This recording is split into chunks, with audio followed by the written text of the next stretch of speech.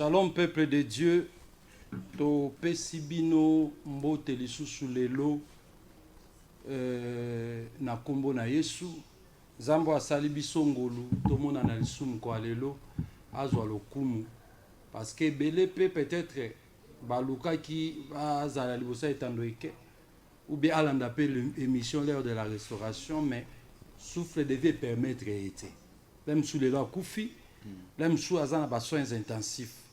Mais yo oyo Zamba sali ngolu Olanda, c'est que Zambe azana projet moko pona yo. Amen. C'est pour cela les sages azoye bisabiso, les rois de la sagesse azoye bisabiso que mieux vaut un chien vivant qu'un lion mort. Amen. Ça veut dire lokol oza vivant, oza plus important. Ya koyoka mateya oyo parce que mateya oyo ebongisami pona yo moto oza vivant. Amen. Parce que jour okokufa c'est le moment d'en profiter. Il y a Rolanda l'heure de la restauration et apporter quelque chose na bomoinayo. To bondeli éternel Dieu des armées, nous recommandons ces moments entre tes saintes mains. Manifeste-toi puissamment au nom de Jésus-Christ. Amen. Amen. To pesibino sumbote na kombo na Yesu elongona berger Oscar Dioka. Pour la grâce au Nzamba sali biso lisusu. Lelo nalingi aux attentifs parce que tozo kende kobimisa makambo mususu à ce qui concerne les géants. Toka bato alobaka toza na bitumba ba géant o ba géant o bazana kati ya libota na ngai. Géant ngo ezanani. To comprendre ngo pendant ces mois géant ngo ezanani. Pe géant ngo pono ko isayi. Ezo senga nini.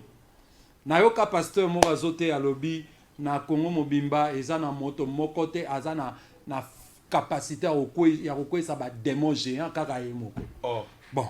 To boya ki ko kenda nango mingi na ba débat mais au courant de cette émission, ba émission ezoleka to comprendre des géants de nani. Pe e loko nini faut sala. Attitude nini faut zwa pono ko esa géant. Na ebike na pokwa lelo géant nyonso ya libota na géant nyonso ya bomo na yo géant nyonso ya entreprise na géant nyonso ya mombongo na yo esika oyo evwaka esika oyo kendaka esika okendaka kotanga même na église na yo peut-être géant moko azana oyo apekisaka évolution ya église kolo azana capacité ya kokwesa ye na nzela ya émission oyo l'heure de la restauration. Tika ete nzambe apambola bino yambo teto banda na lingi to tanga avec c'est parce que biso toza lokola batu ya droit ya mibeko jamais oko condamner moto sans que ozongisa na kati ya loi biso loi na biso c'est la parole de Dieu. Avant tote ya tolingina no to les écritures et l'obela biso sima to développer to fungola ba téléphone. Les Philistins réunirent leurs armées pour faire la guerre. Et ils se rassemblèrent à Soko, qui appartient à Juda. Ils campèrent entre Soko et Azeka, à Éphèse d'Amim. Saül et les hommes d'Israël se rassemblèrent aussi. Ils campèrent dans la vallée de Térébenthe et ils se mirent en ordre de bataille contre les Philistins. Les Philistins étaient vers la montagne d'un côté et Israël était vers la montagne de l'autre côté. La vallée les séparait. Gloire au Seigneur. Il fallait qu'à la vallée séparée. Amen. Un homme sortit alors du camp des Philistins et s'avança entre les deux armées. Il se nommait Goliath. Il était de Gath. Et il avait une taille de 6 coudées et un empan.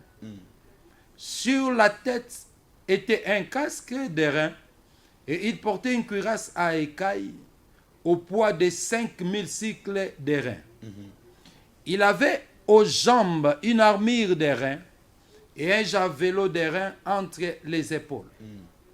Le bois de sa lance était comme une ensouple de tisserand et la lance pesait 600 cycles de fer. Celui qui portait son bouclier marchait devant lui. Le Philistin s'arrêta et s'adressant aux troupes d'Israël rangées en bataille, Il leur cria, pourquoi sortez-vous pour vous ranger en bataille? Ne suis-je pas le Philistin? Et n'êtes-vous pas des esclaves de Saül? Choisissez un homme qui descende contre moi. S'il peut me battre et qu'il me tue, nous vous serons assujettis. Mais si je l'emporte sur lui et que je le tue, vous nous serez assujettis et vous nous servirez. Le Philistin dit encore, je jette en ce jour un défi à l'armée d'Israël. Donnez-moi un homme et nous nous battrons ensemble. Saül et tout Israël entendirent ces paroles du Philistin et ils fuirent effrayés et saisis d'une grande crainte. Tu sauté jusqu'à 33, mais tu peux expliquer en à l'âge pendant ces mois parce qu'il faut que ça mon toit géant, to Goliath non. Saül dit à David, tu ne peux pas aller te battre avec ces Philistins car tu es un enfant et il est un homme de guerre dès sa jeunesse. Amen. Que Dieu vous bénisse. Amen. Amen. Géant oyo biso to tiré na kati ya Bible. Basé belé pendant bamate ya na biso to comprendre d'autres géants mais oya lelo to ina to bimisa Goliath parce que chrétiens yon soyez bi histoire ya Goliath lokwa mutu nyon soyez bi yango il faut to tirer pe histoire oyo moto nyon sa na facilité pe ya ko comprendre pour na to bimisa message ya Nzambe na kati wa 1 Samuel chapitre 17 verset 1 à 11 tina 33 Bible yebisi biso ezalaki na moto moko komo na ezalaki Goliath. Amen. To yebi biso nyos. Il mesurait 6 coudées et un appan. Appan eza mesure ya loboko na. So tie loboko na oboye. Nde ba benga ngo appan. Okay. Maintenant 6 coudées vaut plus ou moins 3 mètres. Donc 3 mètres de long plus obakisi forme ya mosapina yo wana nde ezalaki molai na ye. Sikoyo moto oyo azalaki Philistin, ennemi ya armée ya Israël. Okay. Sikoyo Israël bazana Nzambe, Goliath to géant wana azana Nzambe te, mais Bible ebisi biso tango atelemi, abandi ko lancer ba défi, abandi ko loba ba maloba pour intimider le peuple de Dieu. La Bible nous dit ceci, même les rois et sa suite babangaki moto moko abimaki liboso. Bible ebisi biso bango bazalaki na ngomba mususu armée Israël pe na ngomba mususu mais na katikati alléluia valende e bande ko kabola bango. Amen. Siko vale bande ko sala te bakutana. OK. Pendant que Goliath abande ko lancer maloba ya intimidation contre le peuple de Dieu. Amen. Contre les circoncis. Bien-aimé, écoutez-moi. Il y a un géant dans ta vie. Il y a un géant dans ta famille. Amen. Il y a des géants dans Zelana. Oyo lelo, ndengo zola nangabo, okomi même kobanga. Osambela kame okomi kobanga géant wana. Amen. Géant koza maladie moko incurable. Okay. Goliath, géant kozala, ekoki kozala le mususu maladie oyo zui. Ozui VIH, ozui diabète, ozui cancer. Yangana géant ozomona l'impossibilité à se battre devant lui. Okay. Parce que Goliath batala qui est, babi oyo impossible tokoki ko bundisa yete. C'est pour ça au monde dans le verset 33, roi Saül a ébisi David qui est qu'un enfant. Okoki ko bunda devant muto déjà bundate. OK. Noko na biso wana grandoki babetenga liso moko avanaya noko moko bikolo misusu eza ba géant oyo dirija bikolo. Amen. Bolimbisanga nako un jour tokote ya sur restauration ya bikolo. Eza na chaque ekolo eza ba démon oyo ebundisaka yango ba géant oyo ba dominaka sur bikolo wana. OK. Zamba salinga grâce ya kotambo après cette République démocratique mobimba. Amen. Zamba sali biso grâce ya kobima quand même na bamboka misusu ko comprendre quels sont les esprits qui dominent bamboka misusu. OK. Et ndeko wana zaki muyanzi. Mama na bango atikala awa na Kinshasa. Ye aza na États-Unis. atongeli mama na bango ndako. Abi mama lokola azo souffrir na tongeli ndako. Tanga tongeli ndako, il y a un oncle. Oyo nde azaka géant, il faut aloba. Oyo ya koloba, bino nde il faut bosaela yango. OK. Donc ata mobali aye, ata papa décidé que moi si moi nananga aba mobalo. Soki ye noko atelemi alobi, yete. C'est qu'il y a un géant quelque part. OK. Mutu wana nde géant. OK.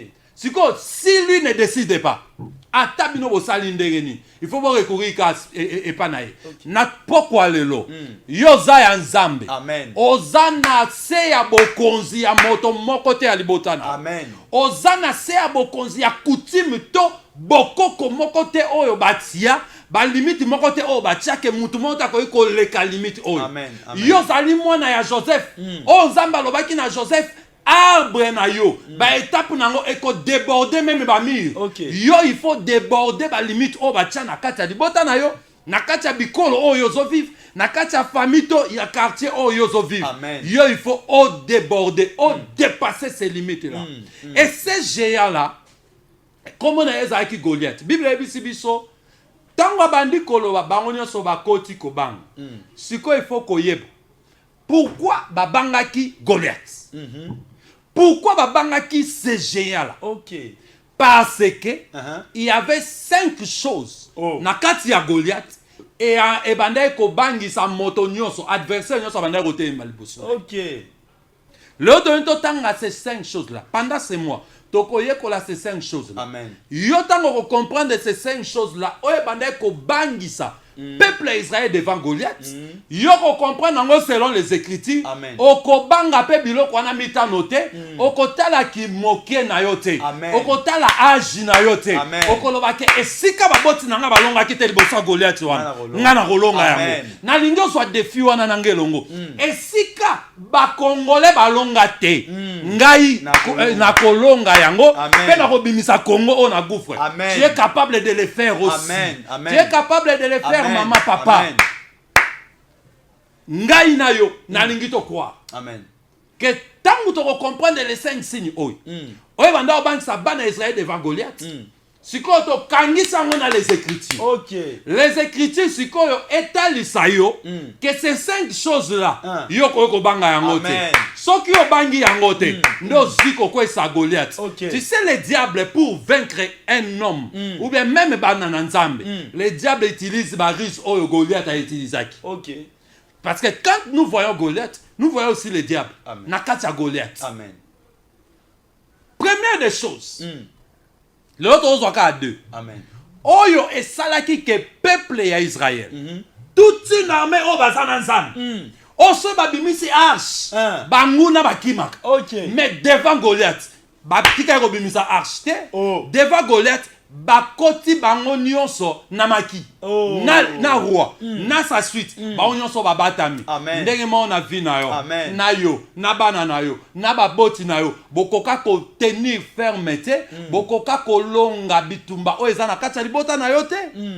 Ke bana basi nyonso soki abali libala normal, abota te. Non bolongi eloko wana te. Amen. Yamande Goliath. Que bana basi nyonso ata babimi na libota wana ata za kitoko ndenge ni fiançailles jamais ano ekotaka na misapi na ye. Eza Goliath.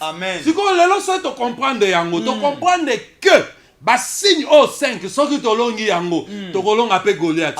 Tikanga na yo elongo to longa Goliath wana to longa ces géants là afin que kombo na nzambe nde etatolama. Parce que géant wana soki ya zolonga c'est que nzamba zino nous place ya rotombo mate. Soki nzamba tombwami géant ko rotombo mate. Esprit moko te ya libota na yo ya ekolo na yo ya quartier to ya avenue na yo et ko tomba mape et dominer sur yo. Amen. La première des choses c'est Akinine, la taille de Goliath. OK. Goliath avait une taille imposante que personne ne pouvait oser se tenir devant cette personne-là. OK. Bien aimé, attendez to kola la babitumbango ya mwa babalabala to sala. Soko zo bunda omoni pe amuta telemi liboso na yo. Aza una ba biceps te, aza ba triceps. A telemi penza vimba misisa tina elongi. Papa, yebisanga est-ce que courage à robunda ato yaki kokote la mwana na istolomo na yo ke sekisanga azo ya kokote la mwana ba beti ata la muta telemi liboso na ye abani ko bena mwana mato yo penza ko tumula batu na balabala te amen pona nini atali taille ya moto atemi liboso na ye c'est de même na Goliath quand il se mettait debout la Bible nous dit il avait une taille de 6 coudées et un appât. Ça veut dire 3 mètres nandam. Papa Nangai, est-ce que Nani a coquille qu'on soit courage, Yuan? Il y a devant quelqu'un qui a 3 mètres. Moutongaza a 3 mètres et Azalem Belete, Moutou Yamakasi, un guerrier depuis sa jeunesse. N'engue Bible, Sabiso, 1 Samuel 17, verset 33. Depuis sa jeunesse. Azalaki Makasi. Est-ce que nous devons comprendre? Amen. Nous avons avec c'est. Taille à Goliath wana. Oh ils ont bangi sur na kati libota na. Oh ils ont bangi sur na kati libal. Au côté libal la belle famille ba la ke la yo baloba ke yo nengo zawana. Tokota la yo soki ko s'en sortir na l'hôtel. Tellement bazala ba kisi na kindoki. Okanga munoko. Mais lelo nazo fungola munoko na yo. Tu vas parler devant Goliath. Okoyebi c'est que lelo moto na yo ekokweya na se. Pena kotiango bandeke bakolia yango. Sois courage wana. Ndenge David azwaki. Ndenge nga lelo na zui na yo pe lelo zui. Goliath wana akokweya. Tika ete nzambe apambola yo. Jean chapitre na yango 10 verset 28 à 30. Zwa Bible epesa osiko courage. Amen. O epesa pe biso ba o nyos. To bangaka pe. À l'époque quand on nous maudissait, quand on nous parlait que beaucoup bongate botika ya bongo, to banga kapé. Mais tant on va verser liamaki kati na biso. Et kota ki kati na biso, to tema to défier ki Goliath. Zambe na lola atele misayo o défier Goliath. O long oko kota mabele te na kibobo la wa. Amen. Parce que ozamo na nzambe. Oko kota mabele wana te, okoma koloba ke nga nazo zelaka liwana nga parce na omona eloko yosimba lisute. Nani ayebisi yo? Jéani yazo bangisa yo. Conjoncture amboko e bangisa yo te. Zambe asa capable. Yo ozo travailler na parlement céleste. Oko banga biloko eza na se amoite. O dollar emati yo etali yo te. Yo sambela nzambe. Zamba ko toucher un jour. Mboka oyo et comment na prospérité oyo to souhaité pe on nzamba la kaka pona Congo. Amen. Je crois, moi je crois à la prospérité du Congo. Amen. Amen. Moi je crois. Jean chapitre 10 verset 28 à 30. La Bible nous dit Yokanga mala. Je leur donne la vie éternelle. Nzamba pe so vie éternelle. OK. Nenga ko yamba yeso so vie éternelle. OK. Siko lokolo so vie éternelle. Et elles ne périront jamais. Cette vie que Dieu t'a donnée ne périra jamais. Et personne ne les ravira de ma main. Quel que soit Azanata ya Moulay. Akoboto la yo jamais na maboko ya nzambe. Amen. Parce que yo loko simba mi na maboko na nzambe. Même le géant est devant toi. Dis-toi que j'ai quelqu'un qui m'a tenu. Asimanga na loboko na ye. Nako banga yo Goliath était essouté. Mon père qui me les a donnés est le plus grand que tous. OK. Goliath est grand. Mais la personne qui me touche, il est la plus grande. La personne. Asa le plus grand moto. Koleka Goliath a été mis bosona. OK. Est-ce que vous comprenez? Amen. Nzamba pambola ndeko ayemba monene. Nzamba pambola parce que notre Dieu est plus grand que tous. Et personne ne peut les ravir de la main de mon Père. Moi et Père, nous sommes un. David azalaki na verso na katinai. OK. Parce que le corps azalaki moi na nzambe. Verset oyo tambola ki katinai. Aloba ki boy. Goliath a été ngambe na yo. Ba problème nanga ta monene na bino. J'ai un Dieu qui est plus grand que toi Goliath. Amen. Notre Dieu est plus grand que le Goliath. O atemini boso na yo. Qui est le géant? O azo tourmenter vie na yo. Amen. O azo tourmenter ba affaire na yo. Amen. O azo tourmenter musala na yo. Na yelio Jésus-Christ de Nazareth. Qui est le plus grand? Koleka bango. Yoka. 1 Jean chapitre 4 verset 4. Natangi. 1 Jean chapitre 4 verset 4. O elboso totanga ki Jean, siko totanga 1 Jean chapitre 4 verset 4. Que dit les Écritures? vous petits enfants, yo mwana moke, vous êtes des dieux. Yoka qualificatif. Osa petits enfants, osa petit enfant, tosa ba petits enfants, mais malgré que petitesse n'a biso, nous sommes des dieux. Amen. La Bible dit, et vous les avez vaincus, parce que celui qui est en vous est plus grand que celui qui est dans le monde. Amen. Amen. Aux jusqu'aux assurances. Malgré la grandeur, malgré la taille de Goliath, la Bible nous dit, la Bible te confie la déité. Donc, osa nzambe. Si koyo nzambe malgré osa moke, osa monene, kolega osa na moke. Amen. Oui, Jésus était né, il était bébé. Okay. Mais il était plus grand que Hérode. Amen. C'est pour cela Hérode avait peur de Jésus. Ah, il savait que l'étoile qui brille, Amen. c'est l'étoile d'un grand roi. Amen. Moi, je suis roi, mais il y a un grand roi qui a la qualité d'un Dieu. Amen. Yango nzamba lobi na yo, yo pe oza mwana moke. Mais malgré oza moke, kobanga te, parce que oya zakati na yo, aza plus grand que celui qui est dans ce monde. Amen. Lokola yo zo mema muto aza plus grand que celui qui est dans ce monde, tu peux pas avoir peur de la taille de Goliath. Yango na côté on a pourquoi lelo, quelle que soit la situation. Amen. Quelle que soit la condition.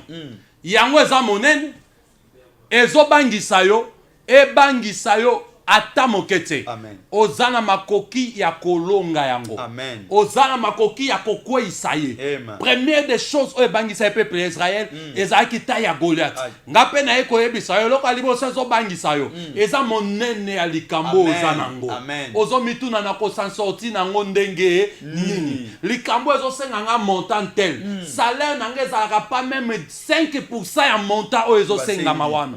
Na kolonga yango ndenge nini. Mais lelo na zoyebisa yo, Nzambe o abimisaki mbongo na monoko ya mbisi, aza capable ya résoudre situation o ezo déranger yo. Quelle que soit sa situation financière, Nzambe nde alobi na Agé chapitre 2 verset 8, l'homme appartient, l'argent m'appartient. Yo siko olandi Nzambe wana, tu ne peux pas manquer. Nzambe akopesa sa solution na situation na wana. Likambo nini koyeko lekela Nzambe obiso tote. Est-ce que Zalba? On a connu 45 ans. Na oba lisusu. Menga na ebisio. Na assuré yo. Que Nzambe aza capable. Na âge na wana. Oba li libal. Koleka même ba jeune à 20 ans. Pe oboti pe na âge wana. Tozan ba témoignage. Amen. Tokuta na mama moko abandi kolera. Papa na za 50 ans. Na yebi ke na sala ba erreur na vie. Mais na sambela kanzambe na Nzambe posa Nzambe na yo asunganga. Na ebise mama. Soko zo ya nanu liboso nanga eloko liboso na osenga na yo longola nanu kolela. Parce que quand tu racontes Dieu, quand tu racontes la grâce de Dieu, elongi na il fait ça la nini et sepela.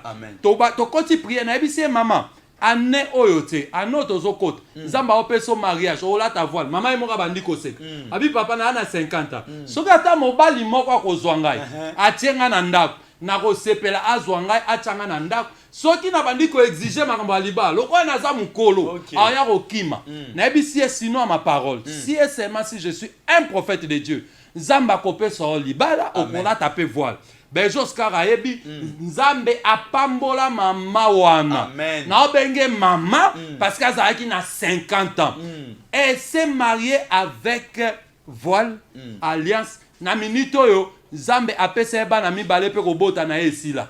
Na 50 ans, Nzambe apese yebana. Loko nini ezo zanga yo. Na likambo na wana Nzambe pa pesa solution.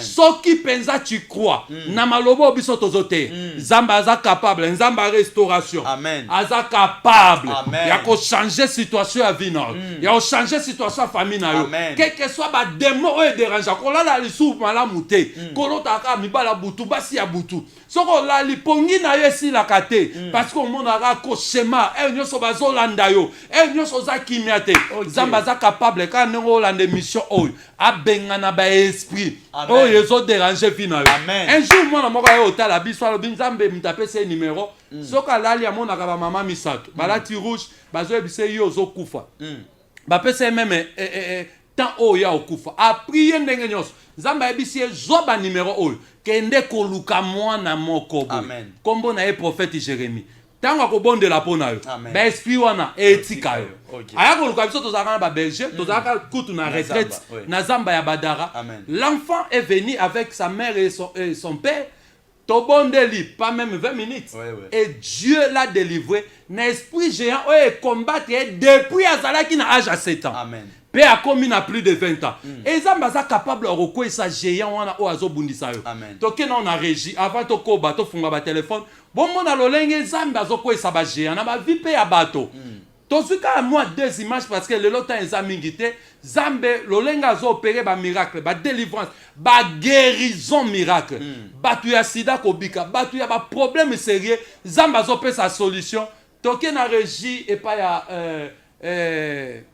gloire pe bandeko nyonso ya régie tomona lolenge Nzambe asalaka pe azobenga na bataille nyonso ya bingambe ya bagéant oyo baobundisa bavi na Amen. Amen. Amen. Amen.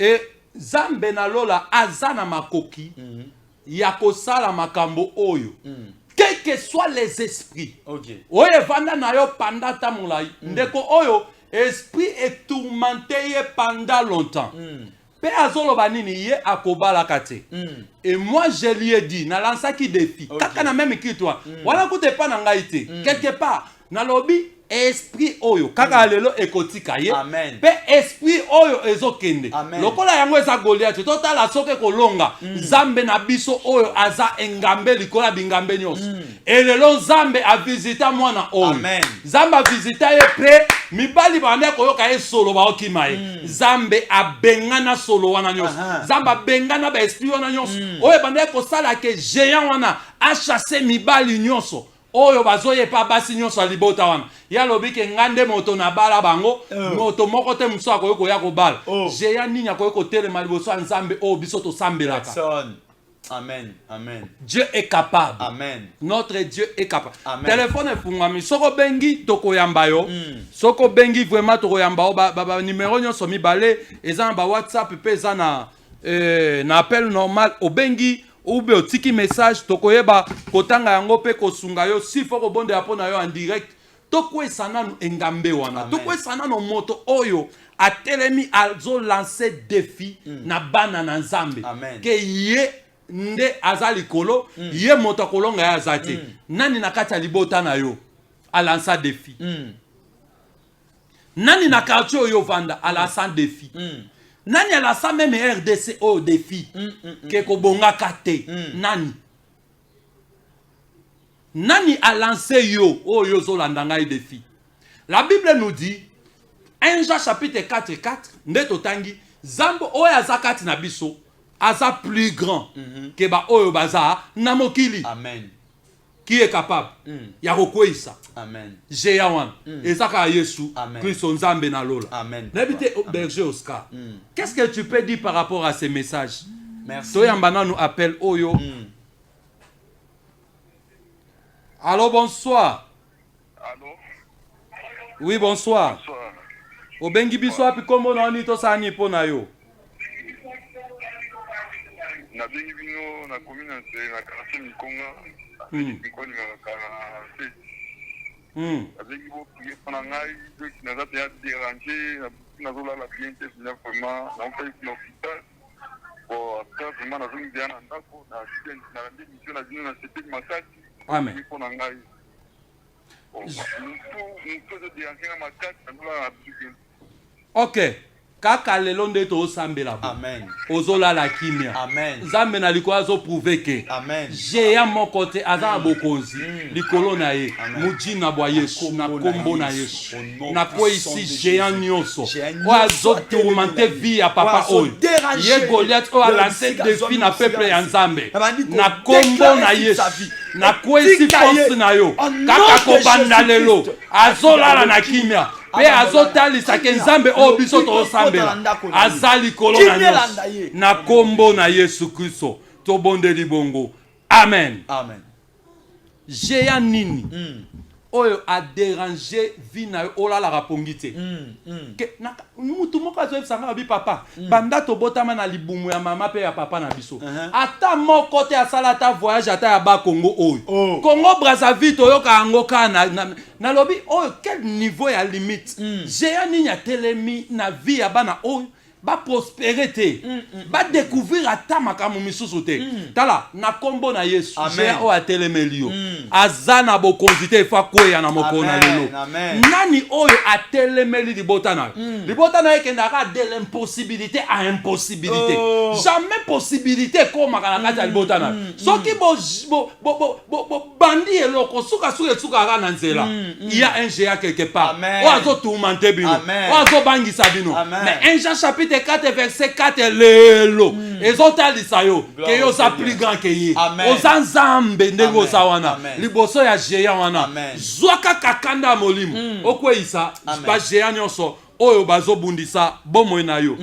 Merci papa pour la maloba. Béné dans le Seigneur na bi ke toza ebele o toza na apôtre Jérémie lola mama oyo ba téléphone etikali polele benga nzamba lola ayeba na kokota likambo na oza ba problème ezo déranger yo. Bele moyebi makambo Thomas Jérémie azoloba eza très important pour na vie na yo. Moi si akotanga makila na Bible soko tangi beneme makila kotanga ne za kiloko montagne etelemela qui est élevée. Akaya ko surmonter yango te. Mais lorsqu'à kutana kina Jésus-Christ de Nazareth oya leki ba maladie nyonso na makasi na ebisio ata makambo ekomi na famille na yo ata ba problème eza pasi na kata vie na yo ya kanzambe ya Thomas Jérémie lola akangola yo na bengisi yo déjà lobi na komi na maluku kozanga te yaka omona nzamba bishima nzambe ya tikote akiyama kiona te oya kotatola miracle o nzamba okota kosana na kata bomoi na yo ozona problème libala ezoya te tanenge âge déjà avancé tani makambo ezokota te na kata vie na yo bobole zingi vie na yo tout autour na yo ezaka mabe kolela na kolela to bengisi yo yaka komona nzamba lola leka na kobenga ata réseau eza saturé mais yo benga s'efforcer tika message tika requête no ya prière au moins ndenge nzambe ya Thomas Jérémie lola akoyeba na kokangola yo na makambo ezo déranger vie na yo na ba problème ezo lelisa na kata chambre yo muto yebi oza sofa na kata chambre bo eloni elelisaka yo ni ne moni saka yo passe ya kanzamba Thomas Jérémie lola ayeba na ko kangola yo Mongata numéro 2 avenue Mongata numéro 2 na malukunde beja lobi alobi ke moi si kotanga makila ezaki lokola ngomba boso na ye sikoyo akutani na Jésus oyo azalaka likolo ya bangomba amen Esaïe chapitre 2 verset 2 ezo ebisa biso notre Seigneur a résidé à montagne oyo ezo résider likolo ya ba montagne amen donc lui il est au-dessus des montagnes problème oyo ezo déranger wana eza montagne amen mais nzambe oyo biso tosambelaka aza capable ya kokweisa ba montagne nyonso oyo etelemi liboso na yo montagne wana nde taille ya Goliath montagne wana nde géant oyo atelemi liboso na yo siko notre Dieu Esaïe chapitre 2 verset 2 aza likolo ya ba montagne asuplanaka ba montagne nyonso nzambe aza au sommet ya ba sommet nyonso akokweyisa maladie wana akokweyisa situation wana akokweyisa kolela na wana olelaka air nyonso so raisonner situation wana obandi kolela mais nzambe na lolo amen aza capable amen ya kokweyisa yango pe na kombo na Yesu Kristo ekokweya yo tozolanda ngai nzambe akokweyisa yango amen akopambusa pinzoli na yo pe akokamusa mokili na oye akosala na vie na yo Goliath nde nani nani atemi na libota na nini ozomona ezomarche te na vie na yo na famille na yo c'est ça Goliath mais na pokwa lelo oyo landi message amen oyo zaki peut-être na souci ya kobenga mais crédit ezangaki oyo ozoloba amen na ndako na yo pe ozobondela na ndako na yo kanda oyoki message oyo la taille de Goliath ebangisa o lisusu te amen la taille de ces problèmes là ebangisa o lisusu te donc to kota na profondeur to comprendre même na ba famille ba géant oyo ba dominaka ba famille ba géant oyo ba assujettisa ba famille mais lelo zalaka translucidaire yamba moto aza likolo ya Goliath akokweyisa mulili nyonso akokweyisa ngomba nyonso oyo etelemi liboso na yo tika ete nzambe na lola pambola yo tika ete nzambe na lola atombola yo émission oyo eyende pona ko répondre na ba question na yo. Amen, papa. L'heure de la restauration eyende pona likambu oyo zo marcher te. Qu'est-ce qui ne marche pas dans ta vie? Zambe azak présent. Amen. Azota na maboko na ye. Amen. Pona pe sa solution na makambo na yo. Que Dieu vous bénisse. Amen. Na ebité programme ya église Benjoska okoki kopé sango rapidement parce que tant abiso ekei soki pe robenga tant to pesa ba programme obengi tokoyamba yo Nzambe akoyeba kosala yo grâce. A programme l'église ezali lokola yo mtoyebi na avenue Mongata commune à Maluku quartier Monaco numéro 2 juste à ce commune à Maluku église est mon cousin à Prince c'est juste l'église maison de témoignage na commune à Maluku ndongo yo ki adresse ba programme ezali mercredi tozali wana 17h30 à 19h vendredi tozali 17h30 à 19h dimanche tozali de 8h30 à 11h kozanga te yo mtona ba problème yaka na avenue Mongata quartier Monaco commune à Maluku Nzambe ya Thomas Jérémy Lola ozolanda ne bato bazokangolama ba problème mais ba solution na bengango terre promise kana liziba betesta yaka omona Nzambe ya Lola akokota likambu na yo akorépondre yo na makambo ezotambola te na kati ya bomoi na yo tika ete Nzambe pambola bino nyonso ba ebolandi le missionnaire de la restauration namoni pe ba message mususu ya ba anonyme toko bondela pona yo na olobi opesi kombo to lobi to bondela pona yo ko benga après mission to bombi yo Nzambe aeba kosala yo bolamu napesi prophète Israël Bintala Mbote na ba préparatif o ezakuna sur les signes des temps de la fin. Ngamoro na zawana les signes des temps de la fin na mois de juillet campagne munene zo indawana il faut to dévoiler ba signe wana pe total sa peuple na Nzambe ke tango ezali so mingite. Amen. Nzamba pambola yo prophète Israël Bintala Nzamba pambola yo ma fille Chantal Botuli na Paris Nzamba pambola yo bébé Bobo Etubela na Paris Zambe apambola mwana oyo ya ye alingaka mingi Mirvi Mafila ainsi que mwasi na Gloria na Paris Nzamba apambola bino Zambe apambola mention spéciale Madame Bosuka Pasmi Zambe apambola yo apôtre Jérémie Nyembo na Lusaka Nzamba apambola yo et namoni message na yo que Dieu te bénisse encore une fois de plus Nzamba apambola couple Bosuka papa Mao Bosuka ainsi que Mama Koko Bosuka tika ete Nzamba kota makambo na bino géant nyonso oyo akoyi kotema liboso na bino